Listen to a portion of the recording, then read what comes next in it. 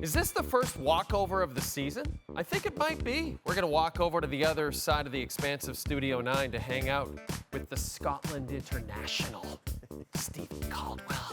So excited to see you, buddy. How are you? Hiya, Jay. How you doing? I'm great. Great. You know, you and I were chatting before we came on, and it's funny how things change when you get a little success in Canadian soccer.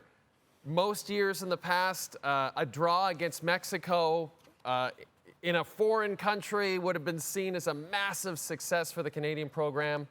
Now, not so much. Should we be a bit disappointed almost? Yeah, no excitement around the game, is there? Yeah. We would expect there to be a lot of excitement from a draw against Mexico, especially in Dallas, a country where, you know, most of the crowd were Mexican. Actually, it was a small crowd tonight, which I was surprised with. Maybe that helped the Canadians. Maybe. Because they were the better side. But not a lot of action in this game, not a lot of goalmouth activity, and I think that's probably a disappointment for Jesse Marsch. But to control the game against Mexico and to, you know, not be under any real pressure throughout. I know they had a couple of chances, Mexico, but there was no real moments where you really felt like Canada were bending and were going to lose a goal.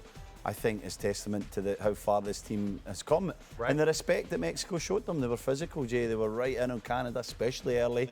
They did not want Canada to establish a rhythm in the game and have some control. And I think that's credit to the way Jesse Marsch's Canada have been playing and how much respect they're starting to gain in CONCACAF and throughout the world. Well, and you mentioned the success they've had under Jesse Marsch, and it's an attitude and it's an exciting feeling. And yet, maybe the one hole I can poke in the whole balloon here is the fact that 6 out of 10 matches that Marsch has managed, Canada's failed to score a goal. Are you surprised at the lack of goal scoring from this team under Marsch? A little bit surprised, because when I look at some of the players that Canada have at their disposal, I think some of the top-end talent like Kyle Larin and Jonathan David, and even the wider players, Schaffelberg, who of course has done great.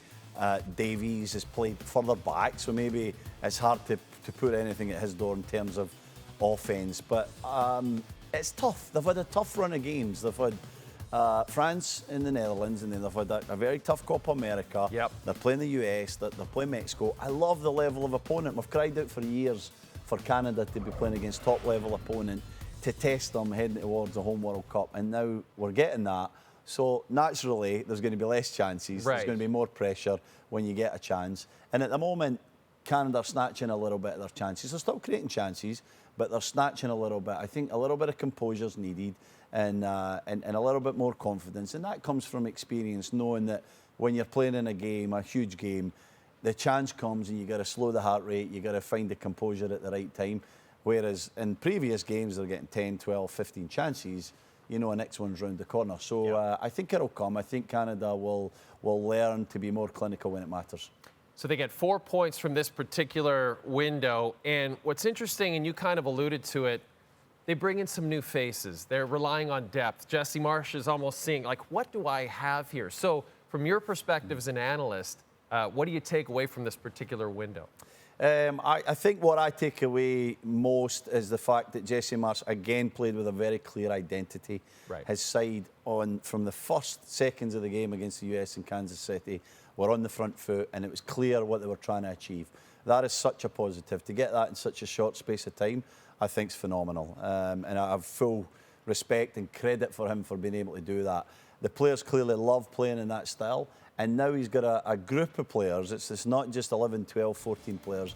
There seems to me like there's a bit of depth there. There's some serious competition, healthy competition, I'll say. Yep. And these guys understand what's coming up. They want to be in the team. They want to be playing. Yep. They don't want to be missing a game in Toronto at BMO Field. They're missing a game in Vancouver, BC Place, in a World Cup. And that is amazing. That's what we want. We want that level of competition and that intensity through every game as we head towards 2026, and a lot of people have stepped up. The captain himself there with that late block, amazing, and playing a great role in the team, playing at full back, where I think he's at his best.